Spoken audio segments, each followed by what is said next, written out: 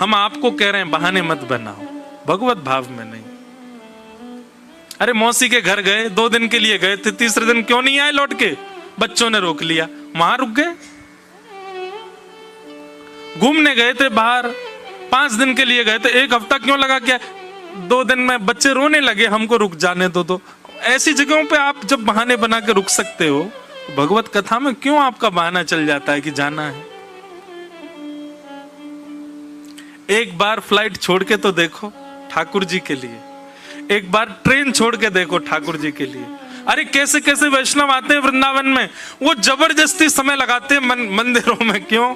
घर वाले करे जल्दी कर, ट्रेन निकल जाएगी हमारी। हाँ बस बस बस बस वो राजभोग आरती कर लें। और ठाकुर जी कह रहा जल्दी लेट कर दो ठाकुर जी, ट्रेन निकल जाए, 1 दिन और रुकने को मिल जाए।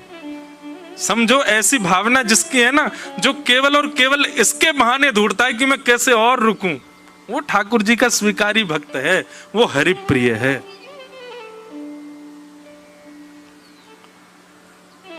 जितना सोचा है उतना ही किया ठाकुर जी के भजन में। जितनी अवधि सोची, जितना समय सोचा, जितना धन सोचा, जितना जो भी आपने जितना सोचा उतना ही किया, उससे 1% भी ज्यादा नहीं किया, तो अभी हरिप्रिय नहीं बने आप। लेकिन जितना सोचा उसके अधिक कर आए हो। लाल जी ने उंगली पकड़ रखी है आपकी, इसलिए अधिक हो रहा है।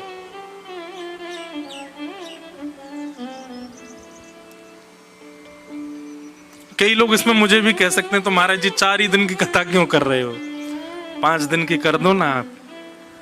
पर मेरा तो भाव ये है ना कि मुझे यहां से छूट के कहीं संसार में थोड़ी जाना है, यहां से छूट के फिर कहीं कथा में ही जाना है, कहीं भगवत भाव में ही जाना है। यहां से छूट के कोई अपने व्यवहार के लिए तो जाना नहीं कहीं पर। यहां 6 को पूरी करके भी वृंदावन इसलिए जाना है कि 7 को ठाकुर जी का उत्सव हो सके। वृंदावन से भी आगे इसलिए निकलना है कि 11 तारीख से पंढरपुर में कथा हो सके। पंढरपुर में भी विश्राम इसलिए करना है कि 20 तारीख से जयपुर में कथा हो सके। हमारे लिए उद्देश्य विश्रांति का क्या है? दूसरी जगह भगवत चर्चा प्रारंभ भी तो है, तो इसलिए मुझे दोष नहीं लगेगा। मैं बहुत चतुर हूं, अपने सब काम बढ़िया सोच रखे हैं मैंने। पर आपको यहां से जा छूट के जाना कहाँ है? संसार में ही तो जाना है, काहे को जा रहे हो फिर? ऐसा तो है नहीं कि आपके कोई भजन, हाँ मुझसे कोई ये कहता कि महाराज जी हमको यहाँ से इसलिए जाना है कि हमको वृंदावन जाना है, वृंदावन में राधा रमन जी में हमारी सेवा है, बिहारी जी में ऐसा है, गुरुदेव का उत्सव है वहां, तो समझ में भी आती बात। हाँ ठीक, जो जाओ, कोई बात नहीं।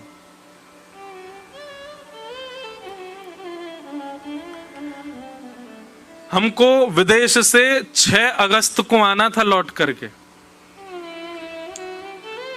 पर जब हमारे आहूजा परिवार का यही बनना था कब होगी कथा, कब होगी कथा, कब होगी कथा। अक्टूबर का समय जो था वो भी नहीं हो पा रहा था, तो फिर विदेश का टिकट बन चुकी थी, 6 अगस्त को हमको पहुंचना था वापस। वो कैंसिल करा के 1 तारीख को आए ताकि यहां पर सत्संग कर सके, यहां पर आप सबके मध्य में भगवत भाव हो सके। कोई अपनी प्रशंसा नहीं कर रहे, पर बहाने भजन से भागने के नहीं, भजन में लगने के ढूंढो, तो समझो आप हरिप्रिय हो। तो सज्जतेस्मिन् अहम भावो देहे वै स हरिप्रिय, ये हरिप्रिय का लक्षण है। यहां पर 4 दिन यही बताया जा रहा है, हरिप्रिय कैसे बनाया जाए, ठाकुर जी का प्रिय कैसे बनाया जाए। हाँ, अब यहां पर तीसरा लक्षण बताया, चौथा लक्षण बताया जा रहा है हरिप्रिय का, कि न यस्य स्वपर इति वित्ते स्वात्मनि वाभिदा सर्वभूतस्मः शान्ता स वै भागवतोत्तम।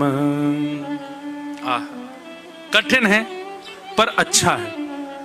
न यस्य स्वपर इति, ये मेरा है और ये उसका है, ये पर है, ये स्व है, ऐसी भावना जिसके चित्त में नहीं है। सब ठाकुर जी, सबई भूमि गोपाल की, सबई भाव गोपाल के, सबई जन गोपाल के, ऐसी भावना जिसके चित्त में है। न यस्य स्वपर इति,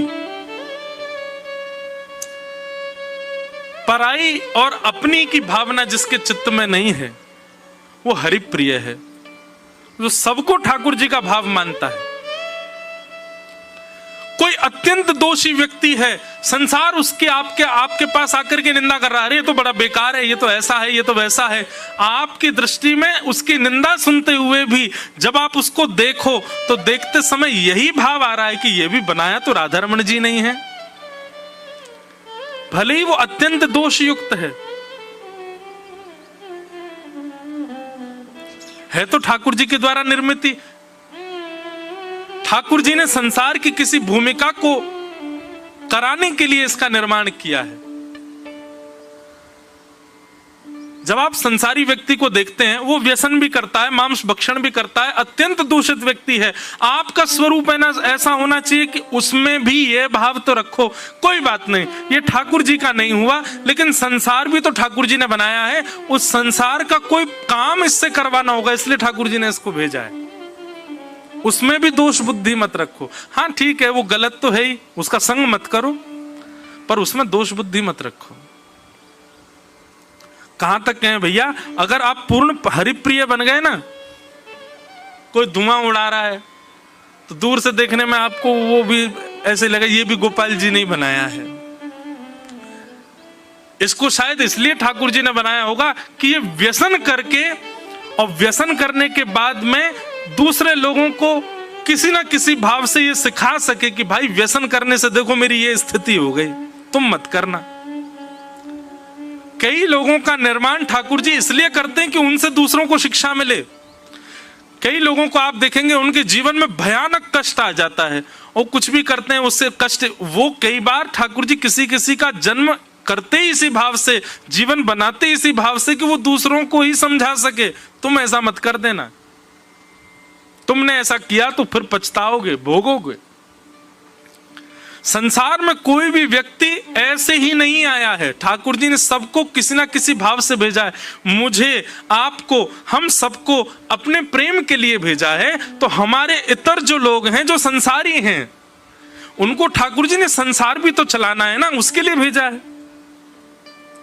एक मां के दो पुत्र हैं, एक घर का ध्यान रखता है और एक बाहर का व्यापार सब संभालता है, दोनों के इस व्यवहार से ही तो घर संभला है।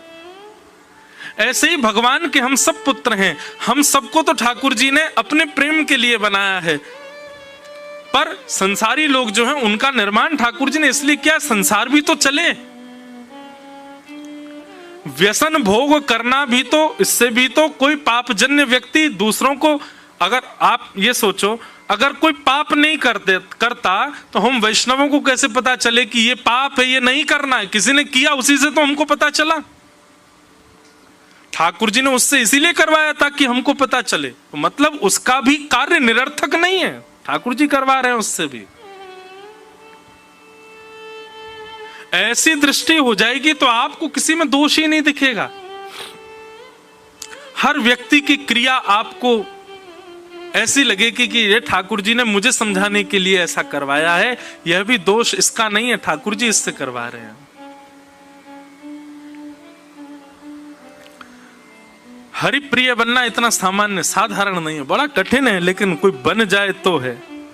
न यस्य स्वपर इति वित्ते स्वात्मनि वा भिदा सर्वभूतस्मनः शान्तः सवै भागवतोत्तम।